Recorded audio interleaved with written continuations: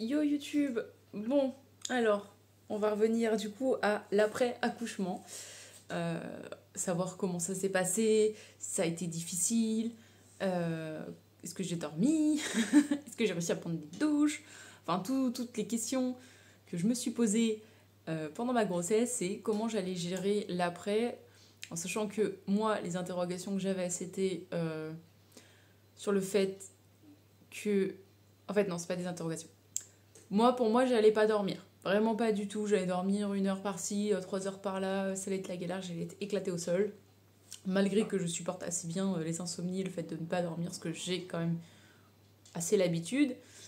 Pendant mes derniers mois de grossesse, je ne dormais pratiquement pas. J'étais fatiguée. Donc voilà, pour moi, j'allais continuer sur ça.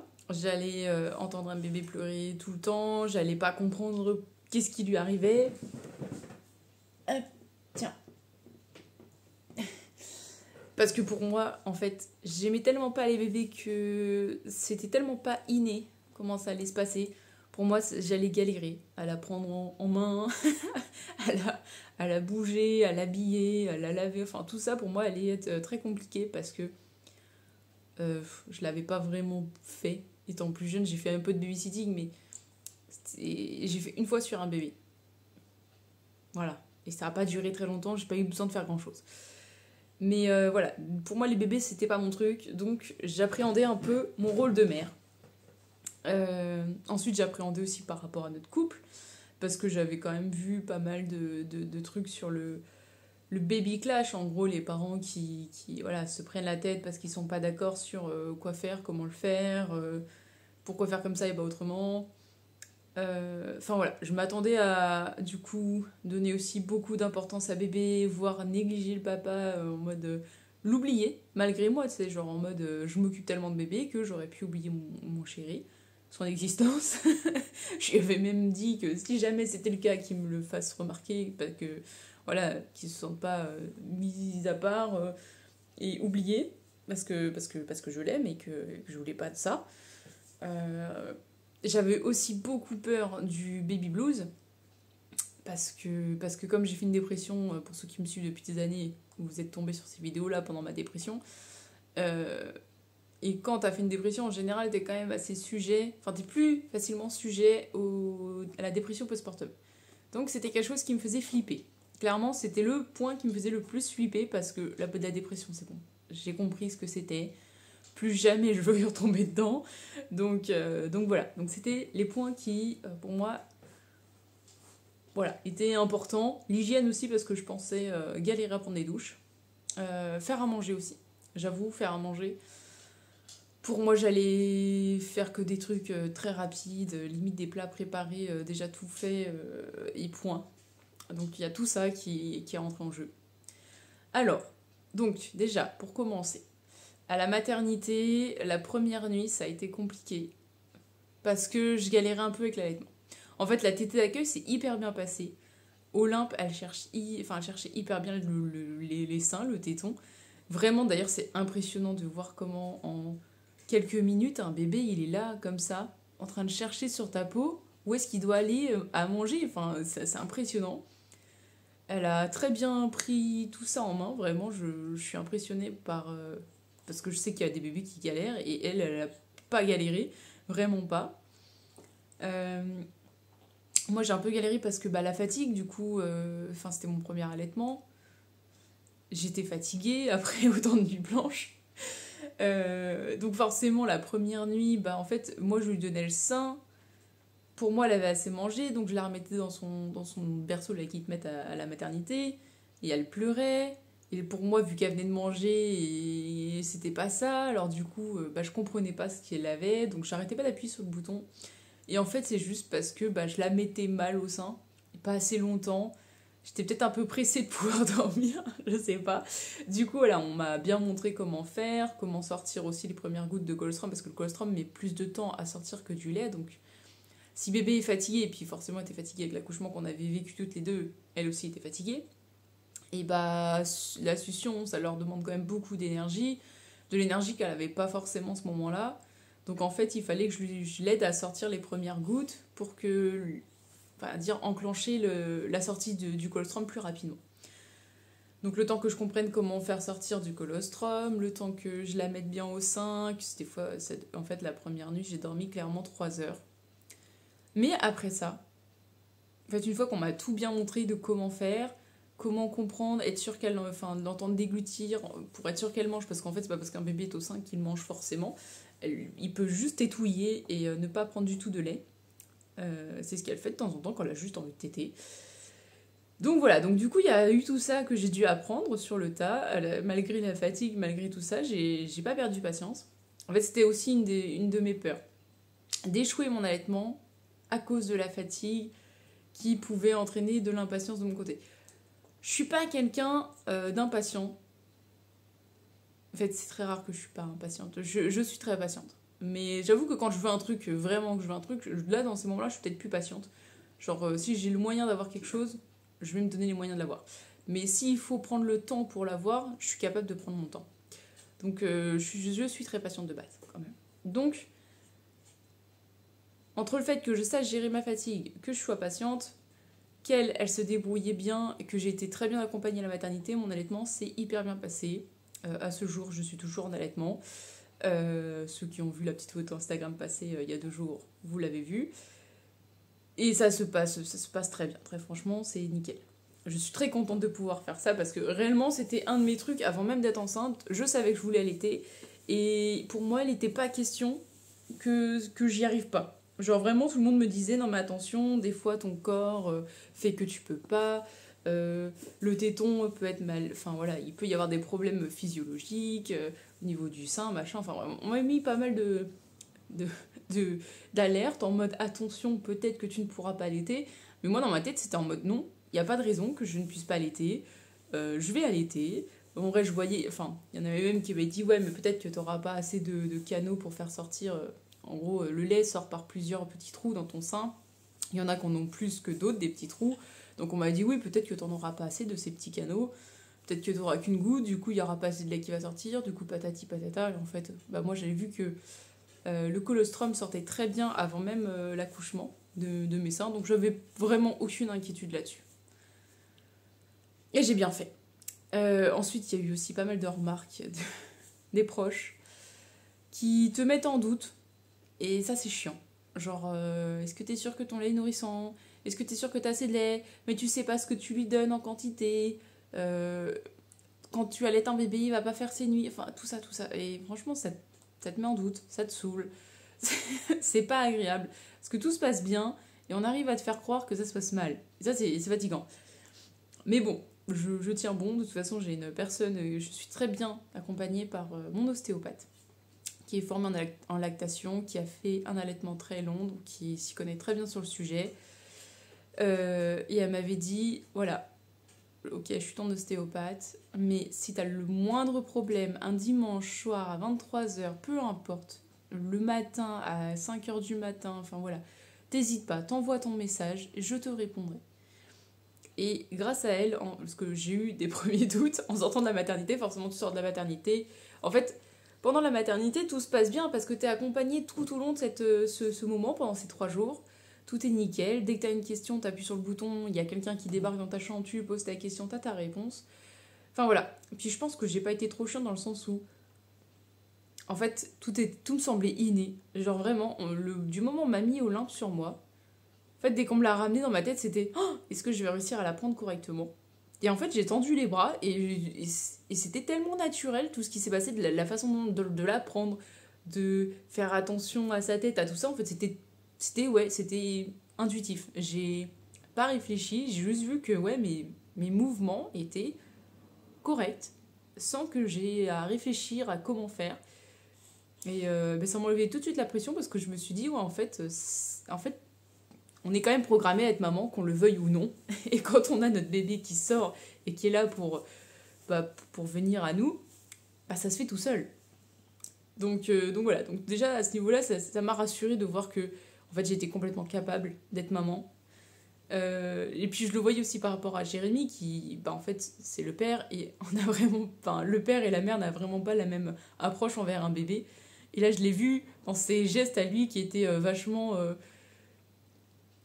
Bah, en fait, on voyait qu'il avait peur. À chaque mouvement de bras, à chaque fois qu'il devait la déplacer, la pousser, enfin la bouger, de faire des mouvements avec elle, on voyait qu'il était pas serein. Alors que moi, je faisais ça comme si j'avais fait ça toute ma vie, quoi. Genre. Et là, tu te dis, bon, ok, genre ça, déjà, check, plus besoin d'y penser. Euh, à la base, je parlais de pourquoi. Ah oui, de l'allaitement, des remarques. Ouais, je me suis perdue dans mon fil. Bref, c'est pas grave, on va repartir de la maternité de toute façon. Donc voilà, donc pendant 3 jours, j'ai été hyper bien euh, entourée. Vraiment, la maternité, ça s'est trop bien passé. On a appris à faire le bain, on a appris tout ça, tout ce que je ne savais pas faire. Mais voilà, arrivé le moment de rentrer à la maison, en fait, le matin, on voit le pédiatre qui nous met un petit peu une petite pression avant de partir, en mode oui, attention à son poids, si jamais elle reprend pas son poids, nanana, faut revenir à la maternité. Enfin, il nous met vraiment la pression. Parce que je comprends dans le sens où ça doit être le protocole, c'est son rôle, mais il nous a mis la pression pour rien. Vraiment pour rien, parce que concrètement, j'ai accouché le jeudi. Elle faisait 3 kg 655. Elle est redescendue à 4 kg 380, je crois, maximum. Le dimanche, elle n'était pas revenue à ses 3 kg 600. Et dès le lundi, en fait, la condition de ma sortie, c'était que ma sage-femme passe dès le lendemain chez moi. Donc elle est passée à 19h le lendemain à la maison. Et Olympe avait déjà pas dépassé son poids de naissance. Donc, en fait, il manquait juste ma montée de lait dans l'histoire qui s'est faite dans le dimanche, dans la voiture, entre le trajet de la maternité à la maison. Et ça a été un enfer d'ailleurs, ce trajet-là, parce que la montée de lait, t'as l'impression d'avoir des cailloux à la place de tes seins. Mais vraiment, moi je me disais, quand les meufs disaient ça, c'était abusé, tu vois. Genre, d'où est-ce que t'as l'impression que tes seins deviennent des cailloux? Je confirme. T'as vraiment l'impression d'avoir un parpaing d'un coup qui vient dans ton sein. C'est dur, c'est vraiment. Enfin, ça pèse lourd, ça fait mal. Tu sens que ta peau d'un coup elle se fait déchirer. Genre vraiment, voilà, c'est horrible. À peine je suis rentrée à la maison, j'ai dû exprimer du lait avec mes mains, genre au-dessus de l'évier. J'en pouvais plus, fallait que je le fasse sortir du lait absolument. Olympe avait pas faim, donc voilà, j'ai dû me démerder. D'ailleurs, j'avais mis un peu de lait dans une coupelle en me disant oui, pour faire les soins ou mettre dans son bain. Voilà, je savais que le lait maternel c'était très bien. Et en fait, je l'ai mis dans la coupelle, je l'ai posé sur le plan de travail. J'étais voir Olympe qui avait besoin de, je sais plus, d'attention, je crois. Puis le chat est passé par là, a bu le lait. T'es en mode bon, pas très bien. Au moins, apparemment, il n'y a pas qu'à mon bébé que ça plaît ce truc. Donc le pédiatre nous met la pression, au final pour rien. Et en fait, c'est pareil, à la maternité, le truc con, mais on te dit, ouais, toutes les 3 heures, bébé doit manger. Et moi, j'étais restée là-dessus. Alors, je sais que l'allaitement, c'est à la demande, c'est quand bébé a faim, et c'est bébé qui te demande. Mais du coup, la première nuit, à un moment, elle a dormi pratiquement 5 heures. C'est même moi qui l'ai réveillée en mode, ouais, ça fait trop longtemps que tu dors, il faut que tu manges. Puis du coup, j'ai envoyé mon premier message le lundi matin à 7h du matin à mon ostéopathe en mode plein de questions parce que d'un coup, t'as plus personne pour répondre à tes questions, tu t'inquiètes d'un tout, d'un rien. D'ailleurs, le dimanche soir, on a appelé les urgences parce que, pareil, à la maternité, ils te disent oui, alors faut que la température de bébé, elle soit entre 36,5 et 37,5 max. Si elle est au-dessus, faut la découvrir. Si au bout d'une heure, la température est toujours élevée, c'est aux urgences. Et puis pareil dans l'autre sens, si elle est en dessous de 36,5, faut la couvrir. Si ça remonte pas, faut l'emmener aux urgences. Donc du coup, on a passé notre temps toute la soirée à prendre sa température parce que forcément, tu passes d'une maternité où il fait 30 degrés à chez nous, mois de mars, où il fait 16 degrés parce que enceinte, en fait, moi j'avais trop chaud dans la maison. Donc 16 degrés, je trouvais ça déjà chaud. Si j'aurais même pu baisser le chauffage cet hiver et le foutre encore plus bas que ça, je l'aurais fait. Mais Jérôme m'avait froid, donc on va dire 16 degrés, c'était la limite entre lui qui trouvait que ça allait avant qu'il ait froid et moi qui trouvais que c'était trop chaud. Genre vraiment, je pouvais pas. Enfin, 17-18, c'était énorme.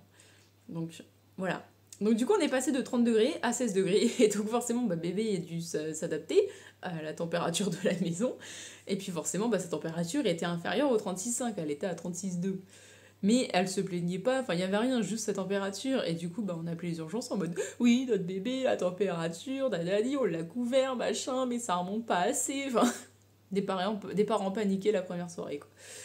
Et puis le monsieur au téléphone des urgences nous a dit non, mais enfin voilà, chez vous il fait juste pas assez chaud. remonter un peu le chauffage, bébé doit juste s'adapter, enfin voilà, si vous voyez qu'elle mange, que tout se passe bien, qu'elle mouille bien ses couches, enfin il n'y a aucune raison qu'il y a un problème. Si elle n'est pas en train de râler, tout va bien. Et votre bébé est-il agité? Ben non. Bon bah voilà. T'es en mode d'accord monsieur, bon bah très bien, on va arrêter de vous embêter, on va aller se coucher.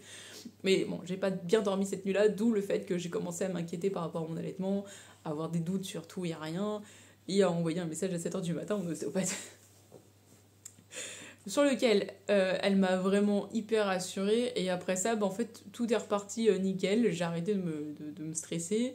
Enfin, je me suis un peu restressée la nuit d'après parce que pareil, elle avait trop froid. Enfin, ses membres, ses pieds et ses mains étaient froids. Sauf que chez un bébé c'est normal, mais moi je savais pas. Donc du coup je me suis inquiétée, j'ai commencé à embrouiller Jérém en mode non mais le chauffage il marche pas, il faut que tu remettes plus de feu, il faut que tu fasses du feu. Enfin, le pauvre. Je me suis un petit peu... pas acharnée, mais je l'ai un peu embrouillé quoi quand même. J'ai pas été cool. Alors qu'il avait rien fait. Juste maman inquiète, en PLS. D'ailleurs, oui, le baby blues. J'ai eu un baby blues de 2 heures. Le dimanche matin, avant d'entrer à la maison. Ça n'a pas duré. Et en vrai, ce qui l'a causé, c'est le fait que j'ai vite fait penser à Henri, donc mon pseudo-grand-père qui est décédé le 21 juin l'année dernière. Ça va faire 1 an dans pas longtemps et j'avoue, j'appréhende parce que... En fait, d'habitude, les dates de décès, moi, je les oublie parce que c'est pas ce que j'ai envie de penser, enfin, de me rappeler de la personne. Sauf que là, le 21 juin, c'est une fête, enfin, c'est la fête de la musique, c'est la fête que je fête le plus, je crois. Je kiffe la fête de la musique, vraiment. Je crois que ça me fait plus plaisir de faire la fête de la musique que mon anniversaire des fois, donc pour vous dire. Voilà. Donc, du coup, voilà, je suis obligée de me rappeler cette date de décès, malheureusement. Et bref. Oui, c'est donc du coup voilà, j'ai pensé à lui, ça m'a fait un peu pleurer, et puis voilà, j'ai eu un petit peu de baby blues. Au niveau de mon poids aussi, je vous ai pas dit, mais j'ai perdu tout en l'espace de 2 mois, tout ce que les 16 kilos que j'ai pris. Déjà j'avais perdu 14 kilos très rapidement en 3 semaines, j'avais plus rien pratiquement, donc ça a été très très vite. Franchement j'ai dégonflé mais à vue d'œil. De toute façon, tout le monde me disait que je portais bien la grossesse. Enfin, moi, je sais pas, comment tu peux dire ça parce que je trouve ça moche. Vraiment, le corps d'une femme enceinte, j'aime pas ça. Mon chéri non plus. Après, oui, ok, j'ai pas grossi ailleurs qu'au niveau du bide et des seins, ce qui est normal. J'ai perdu mon cul. Alors ça, je suis un peu dégoûtée parce que j'aimais bien mon cul et bah, il a fondu de fou. Donc bon, voilà. Cette vidéo elle part dans tous les sens, je suis désolée. Donc il n'y a pas eu de baby blues, donc du coup pas de dépression postpartum, descente d'hormones tranquille.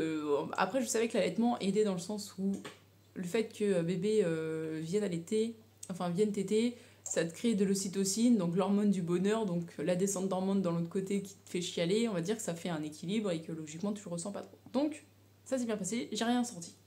Je vais reboire un petit peu avant que ça soit froid. Donc l'allaitement, le postpartum,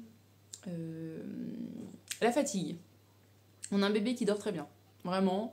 À la maternité d'ailleurs, comme je disais, il nous oblige un peu à faire manger bébé toutes les 3 heures maximum. Si bébé n'a pas mangé dans ce laps de temps, il faut absolument le réveiller pour le faire manger.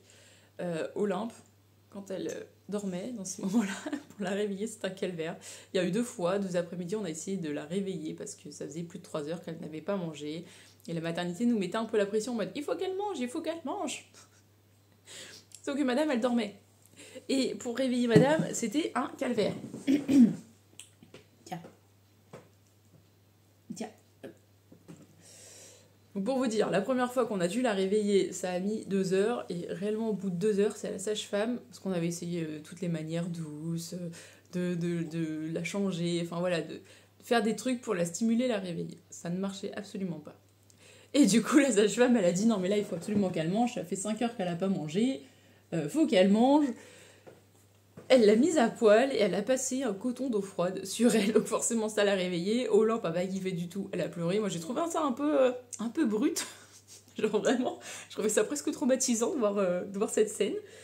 Après, je comprends pourquoi elle l'a fait. Parce que, encore une fois, ils ont leur protocole. Ils font en sorte que ça se passe bien pour pas qu'on se retourne contre eux, que bébé a un problème, enfin voilà. Je comprends pourquoi elle en est arrivée là. Mais c'est vrai que c'est un peu violent quand même. On va pas se mentir que ça m'a un peu choquée. Puis le lendemain, pareil, bon bah du coup, moi j'ai évité cette... Enfin, je lui ai fait ça, mais je l'ai pas mise à poil, juste je lui ai passé un petit coup de coton sur les joues, sur les bras pour la réveiller. Mais je l'ai pas mise à poil. Et puis j'ai fait ça en douceur, genre réellement.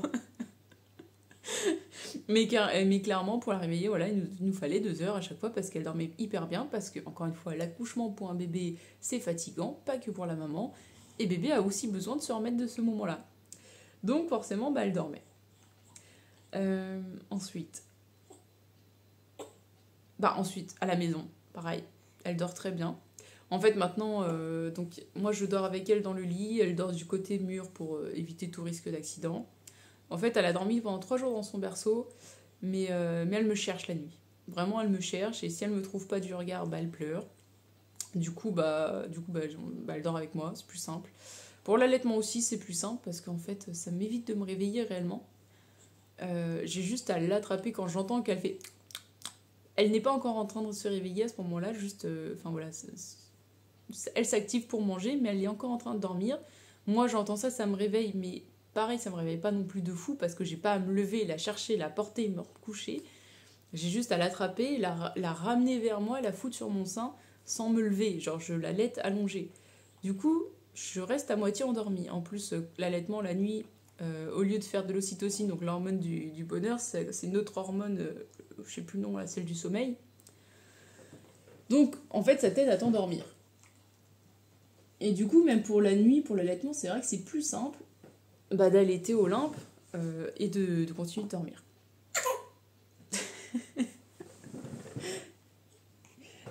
Tiens, arrête tes bêtises.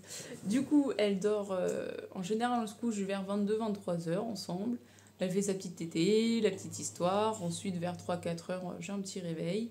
En fait, c'est toutes les 3 heures, j'ai un réveil, concrètement. Moi, ça me va très bien. C'est un cycle de sommeil qui me convient. Le réveil toutes les 3 heures, ça me dérange pas. Et puis en plus, surtout que j'ai de la chance, c'est que quand même, la plupart du temps, on se lève du lit, il est 9h, 10h. Donc, voilà, 22, 23, 9h, 10h. Vraiment, je ne me plains pas. Je dors bien, et puis quand, de toute façon, si j'ai pas assez dormi, je peux faire une sieste l'après-midi. Mais voilà, c'est clairement pas un problème, le sommeil, avec elle. Et ensuite, c'est pas un bébé qui est collé H24 à moi. Au début, un peu. Les 3 premières semaines, clairement, beaucoup. Maintenant, elle est vachement... Enfin voilà, elle aime bien, elle s'amuse sur son tapis d'éveil, elle s'éclate, comme là, elle est en train de s'amuser. Faut juste leur donner ses jouets parce que bon, des fois ils sont un peu trop loin et elle a encore un petit peu du mal à les chercher vu qu'elle elle commence à ramper seulement. Mais très légèrement, genre elle fait 3 cm. Elle se retourne pas non plus, donc forcément c'est... Voilà, on est obligé encore un petit peu de l'aider à attraper les choses quand c'est un peu trop loin et qu'elle les balance à l'autre bout de la maison.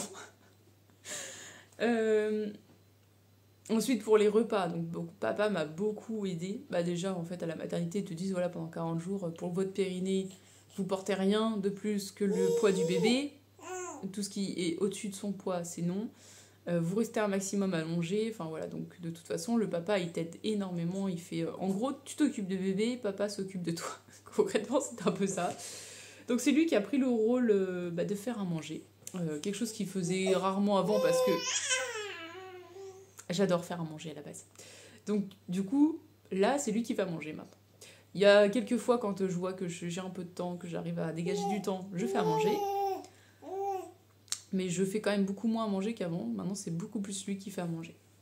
Les douches, c'est pareil. Au début, j'avais du mal à prendre un rythme, à trouver quel moment je pouvais laisser bébé pour me doucher. Donc, c'était un peu anarchique. Il y a des jours où je me douchais pas. Des fois, je me douchais le matin, des fois en plein milieu de l'après-midi, des fois le soir, juste avant de me coucher, pendant que papa lisait l'histoire. Enfin, voilà. C'était un petit peu en dents de scie. Maintenant, ça fait 2 semaines, je pense, qu'on a pris le rythme, en fait. Dès qu'elle se réveille, enfin, dès qu'on se réveille toutes les deux le matin, à son petit moment d'éveil, elle est dans le lit. En général, elle n'a pas tout de suite faim. Du coup, je peux la déposer dans son berceau. Elle s'amuse, elle regarde des trucs. Je lui passe sa Sophie de la girafe, elle est contente. L'impression qu'elle répond. Et pendant ce temps-là, moi, je vais partir prendre ma petite douche. Et puis voilà. En général, elle n'a pas le temps de s'ennuyer, de pleurer. Ce matin, elle a vite fait un petit peu pleurer, mais Là, c'est un petit peu exceptionnel dans le sens où on est encore dans le pic de croissance. Les pics de croissance, d'ailleurs, c'est quelque chose. Je pense que je ferai une vidéo spécialement là-dessus parce que ça commence à être un peu long.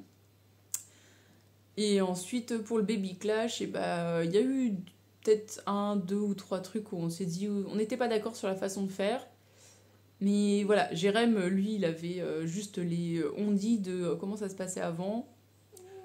Et moi, en fait, j'ai passé clairement 9 mois à me documenter sur la grossesse, l'arrivée du bébé, l'allaitement. Enfin, je me suis documentée sur tout ce que je pouvais. J'ai passé clairement 9 mois à boire toutes les informations que je pouvais sur comment gérer un bébé.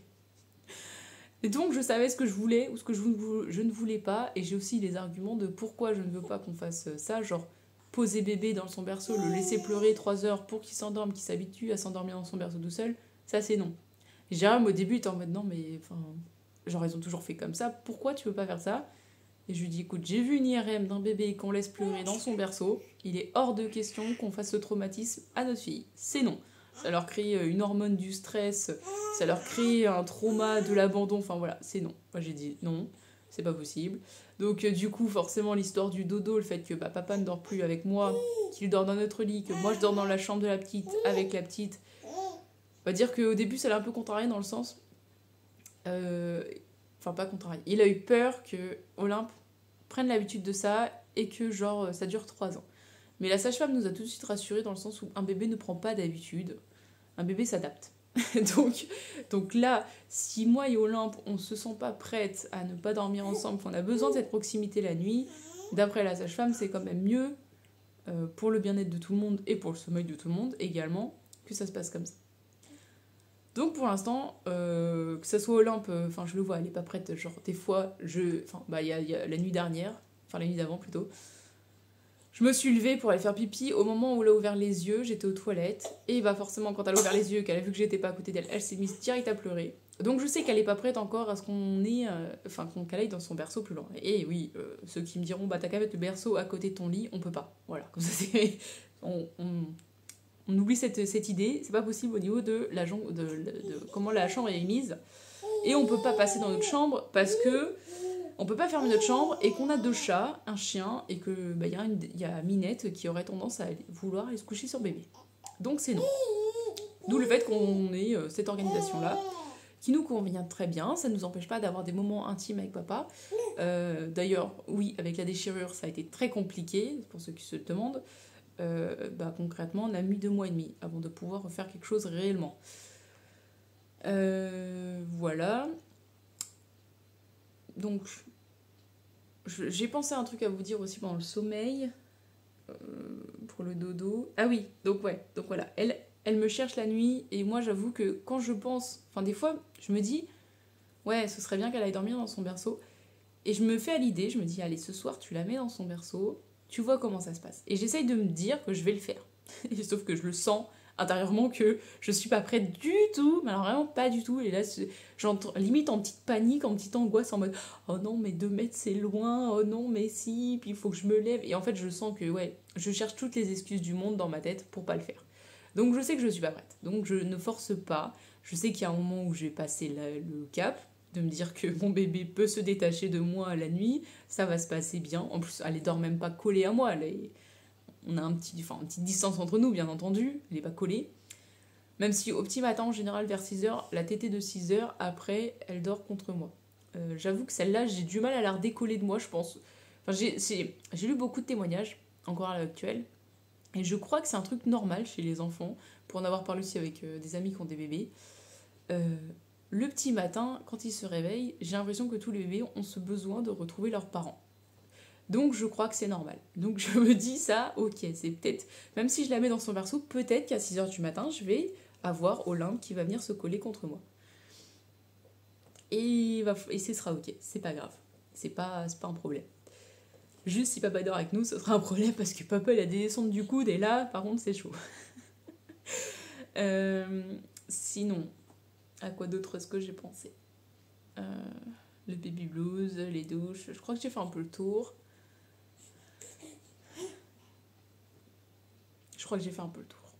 Au pire, posez-moi des questions si j'oublie des choses. Je vous reparlerai des pics de croissance, je vous parlerai des moments d'éveil de bébé, tout ça si ça vous intéresse. L'allaitement aussi, si vous voulez savoir plus de choses, parce que je trouve ça fou, le lait maternel et tout. Enfin, moi, je suis impressionnée par ce que notre corps peut produire. Donc voilà, n'hésitez pas à poser des questions, je pense que ce serait intéressant. Et puis, je vous fais des bisous. Et puis, peut-être à la semaine prochaine, si j'arrive à retrouver un petit créneau comme ça, ce sera cool.